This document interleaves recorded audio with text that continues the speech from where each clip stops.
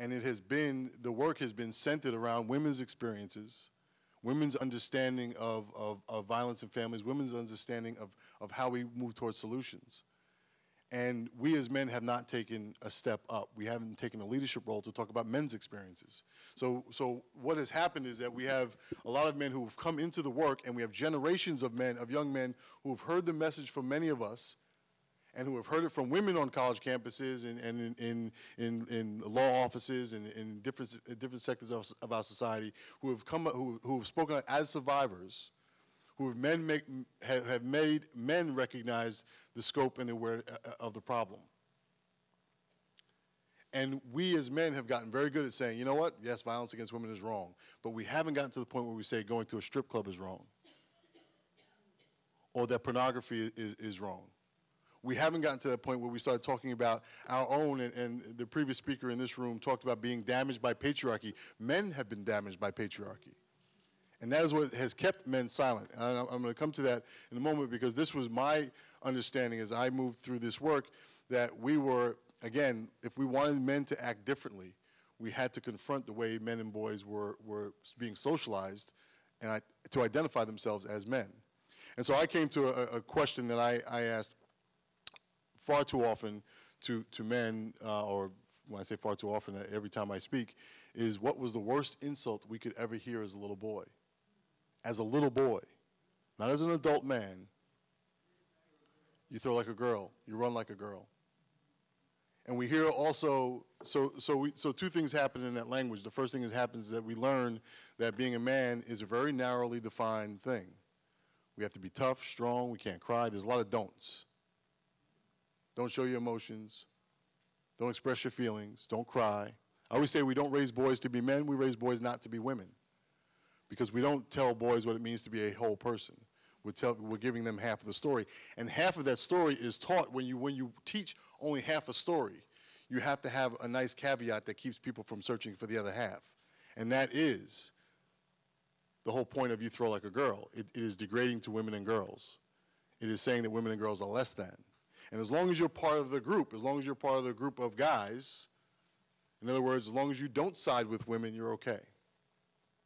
And so we haven't had this conversation partially because of our homophobia, partially because of patriarchy that does not want to have, that wants to maintain this male dominance. And even the programs historically that have been around boys, that have been trying to encourage boys to be more, I don't want to say whole people because we really haven't done that. They have been doing so under the guise of furthering patriarchy. There was an organization several years ago that was started by a football coach in Colorado that was supposed to be saving men from this world, as I talk about this narrow masculinity, saving men who were having trouble with alcoholism, having trouble in marriages, having trouble with the economy that was changing and men losing jobs in the industrial age, moving more towards technology, women moving more into higher education and moving into the workplace, so men were struggling. And this organization emerged, that some of you may be familiar with, called the Promise Keepers. And the Promise Keepers proved that men were in trouble. Men were in crisis. There was a crisis of masculinity. Thousands and thousands of men were filling football stadiums. The problem for the Promise Keepers, and it goes back to something Quentin mentioned earlier about faith-based organizations that stand on patriarchy. And so what the Promise Keepers was doing was telling men as they came into these large arenas, go back and be the rightful man in the house.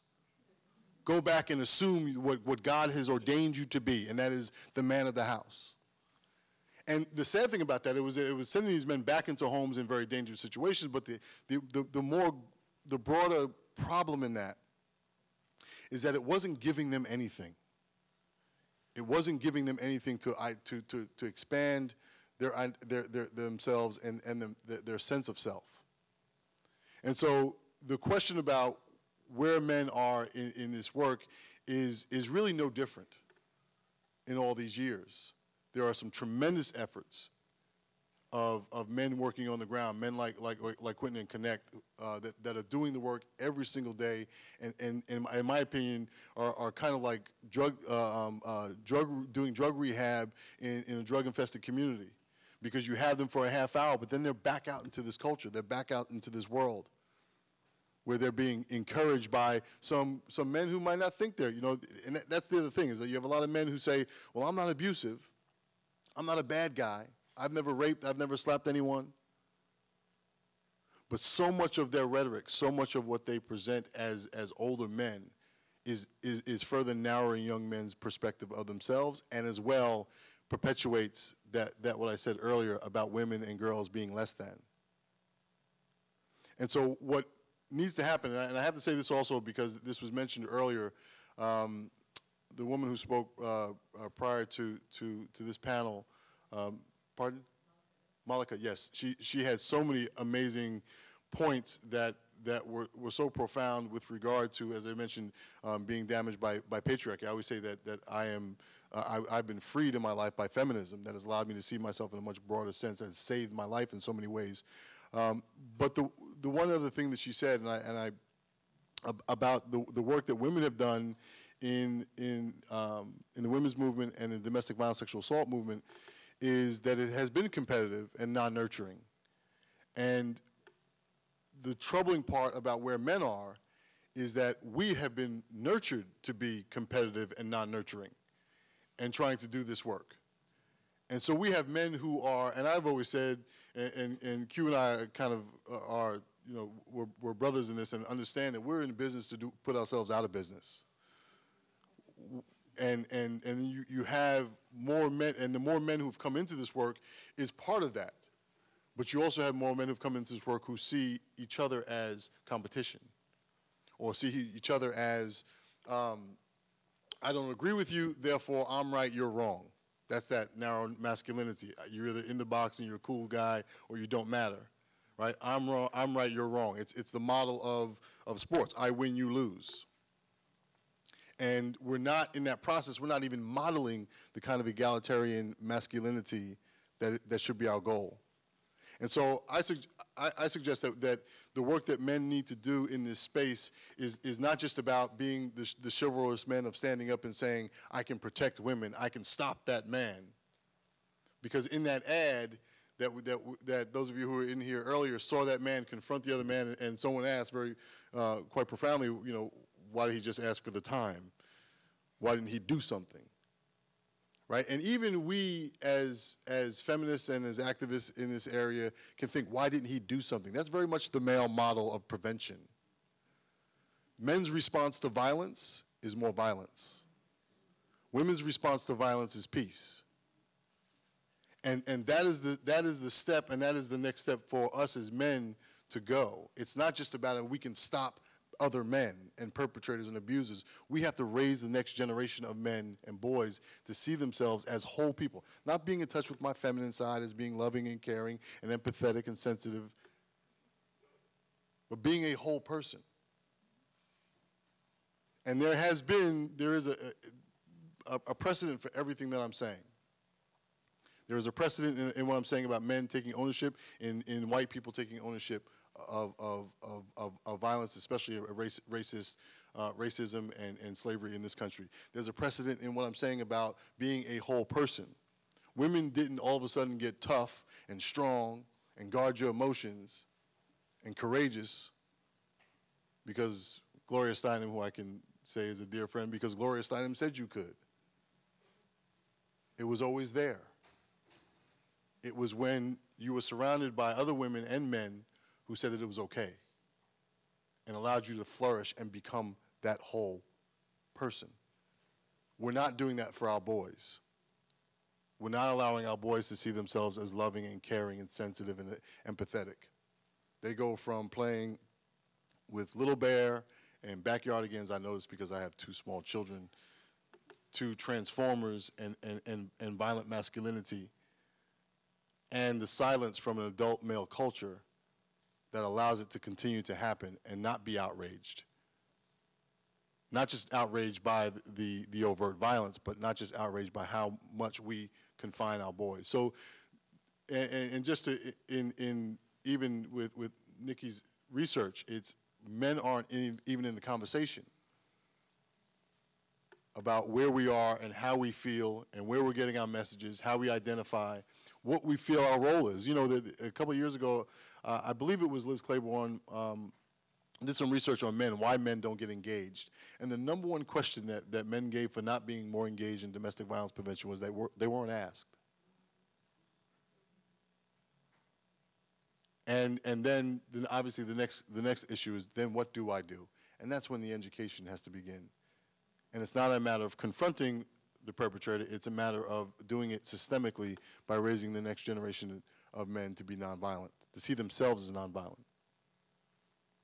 So I will open it back up to questions and to the panel to continue the discussion on different strategies, because I think that the research has to be there, and the work clearly that Q is doing on the ground lends itself to that research, because he is actually doing the research and can tell you what is going on anecdotally with young men, and it informs the work that we all do. Thank you.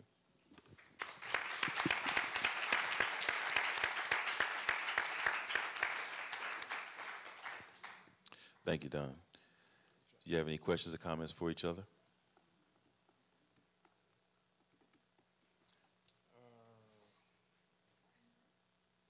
Just probably like an add-on to,